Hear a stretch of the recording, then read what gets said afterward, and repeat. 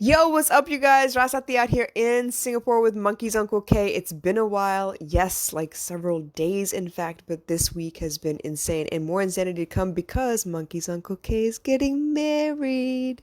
Anyway, so I'm actually really excited because we've been having tons of appointments running here and there, and then in between, whenever we get like some downtime, we get to bond a little bit. So lately, we've been talking, catching up, reminiscing really well. The other day, I'm pretty sure we were just we were wound up because we sang until like what 2 o'clock in the morning.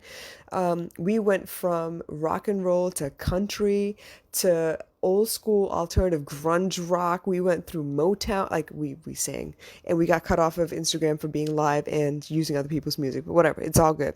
We do what we do. Anyway, so one of the discussions we had the other day was actually really, really interesting, and I thought I'd put it on as a podcast episode because I think we really need to consider the seven deadly sins. So we were arguing about what the seven deadly sins were without having to use the internet to figure it out because it's my go-to. I go straight and look it up. So the seven deadly sins, right? We're going to count right now. So we have sloth, gluttony, Pride, pride, wrath, wrath. Wait, what did we say now? greed. Greed, gluttony, pride, wrath, sloth. That's five, and then we have lust. And we That's have six, and envy. Okay, so those are the seven deadly sins, and obviously it's after that Brad Pitt movie that was super creepy, and yeah, they were crazy. It was basically based on the way the killer was killing these people because they what is that word I'm looking for, man? Damn, they represented each of these specific seven deadly sins, and they were very, very extreme murders, very, very gruesome. We'll leave that alone. But here's what I wanted to talk about. Monkey's Uncle K was talking about the fact that how do we know that we're not suffering from these deadly sins, like the deadly side of it? And I was thinking, hold on, all of us feel these things, but in moderation. It's not to the point of, being deadly. It's not to the point of, the seventh circle of hell and, paradise lost and all of that dark, dark stuff. So, what was the question you asked originally? Do you remember? So initially, I was talking about which of these seven deadly sins do we actually embody, or which are predominant in our lives, and just arguing about whether it has to be the deadly version of the sins for it to count, or whether it's just any old type of them. Okay, yeah, so that's what we're talking about, the varying degree to which, we suffer from these sins, and then does that make us, culpable to be held accountable for our sins? And it was a very, very strange conversation, but I enjoyed it because he was saying, hey, I suffer from, what were you saying you suffered from? Most of them. Actually, so do I. So that's where we started arguing. So he was like, "Yeah, but I mean, shouldn't I be going to hell? Like this is what we're doing, right? This is who I am." Okay, so for me, for personally, I'm gonna go ahead and go first.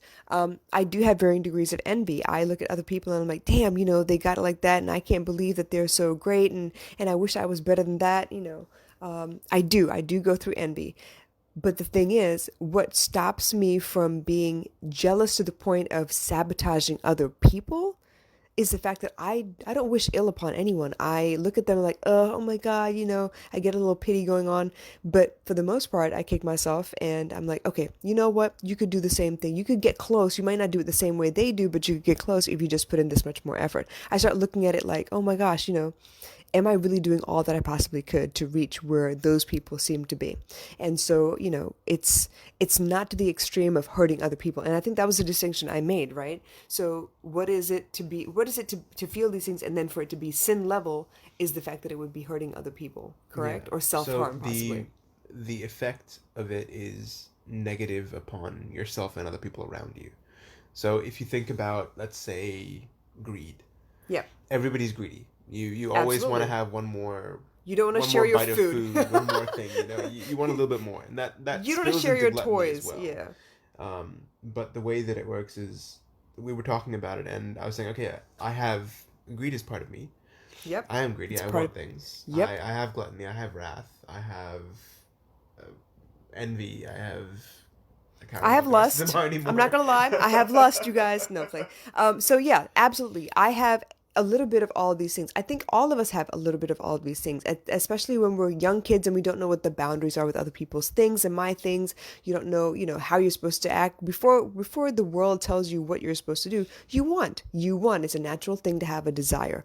But the point that we start, drawing lines is when it either hurts ourselves to hoard or to not share with people or to like not let people in anymore or to hurt other people to keep them from taking what you think is yours, stuff like to that effect, I think.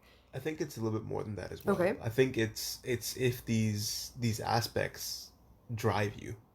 So if it is wrath that's driving you in your life, if it is greed, if it's gluttony, or if it's envy that drives you in your life, then are you really living your life, or are you just being that particular sin at that time? Okay, so let me let me challenge that emotion. Let me devil's advocate for a second.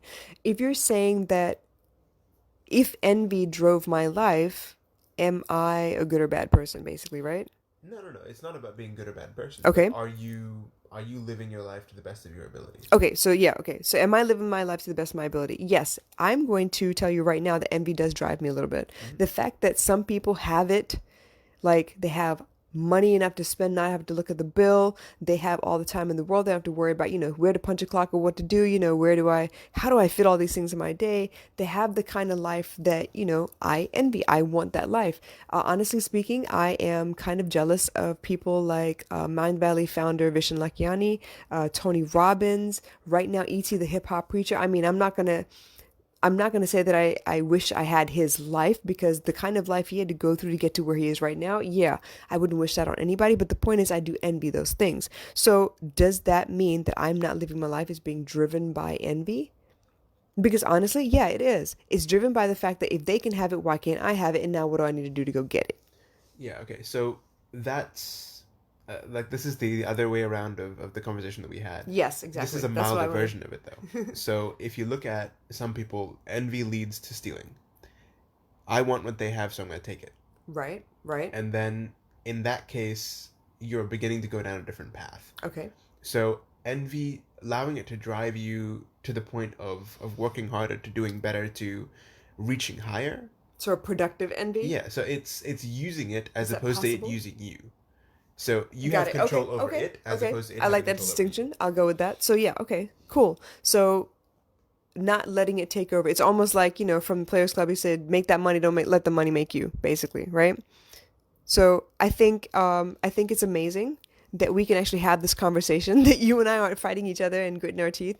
But the point being that I think people need to think about this. We all go through these emotions. We all have these aspects of life where we find ourselves, oh my gosh, I'm going to be a glutton for punishment. I want more food. I don't want to share my plate. Y'all better get away from me.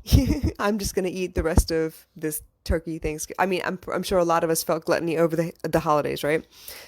Wrath, I know for a while, wrath is what got me through the day. I mean, I was very angry as a teenager. There were a lot of things I did not agree with, but it pushed me to make a difference for me anyway. It wasn't like I'm gonna get revenge. I'm gonna go after these people. No one deserved. It wasn't anything like that. It was more like, you know what? I'm not gonna stand for this. This is no means no. I'm drawing a line in the sand. I'm gonna go for what I want because no one's gonna tell me. How dare you tell me? Kind of like wrath, right? So I think we feel all of these emotions at some point or another. It's important to know the difference between when you're being productive and when it's becoming destructive over your life. Yeah? I think it's really important to acknowledge the fact that these are part and parcel of everybody. This is a life This is yeah, experience. Yes. it's not something that's specific to one type of people or any people in general. Yeah. It's everyone. Everybody Exactly. experiences these things every day. You look at somebody and you wonder why they're doing it. Yep. If you think of it in terms of why would I do it, Yeah. you'll understand it more. And Exactly. we And look that's at where kids. the empathy is supposed to come Yeah, from. so we look at kids a lot of the times like, oh, I don't want to share my toys. And you're like, no, sharing is caring. But then do we do that? A lot Not of the times we necessarily. hold on to things that we could share, but we Yeah, don't. but we do it differently. We don't tell people we have things, so we don't have to share them. We, as parents, I mean, I'm not gonna lie, I squirrel food away in certain places so no one can come find it because that is mine. I don't want to share that. That's for me. Because I know that no matter what happens with a little in the house, they're gonna want a little bit of everything that you've got going on anyway. So I hope this gives you a little difference into the seven deadly sins. Yes, they can be deadly, but that means any emotion could be deadly. This is why addiction happens. This is why people need rehab, because they can't get out of their own way sometimes, because they reinforce that one feeling and not in a productive manner. So, you guys, I hope this helped.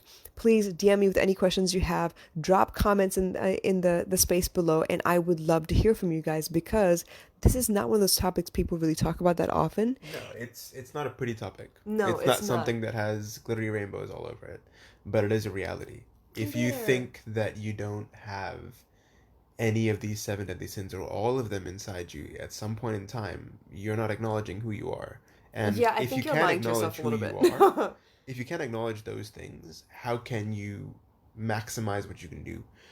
And I'm not saying, acknowledge and like accept that, oh my gosh, this is a part of my life, I can't do anything about it, but more like, okay, you know what? I accept that I do feel these things. Now, what can I do about them? And how can I measure, how much effect it's having on my life, if it's productive or negative or destructive or whatever the case may be. So, you guys, once again, please drop comments in the space below. Send me messages if you have any questions. But in the meantime, I hope you have a wonderful rest of your holiday weekend, and I will catch you again soon. We back on the mic. Bye.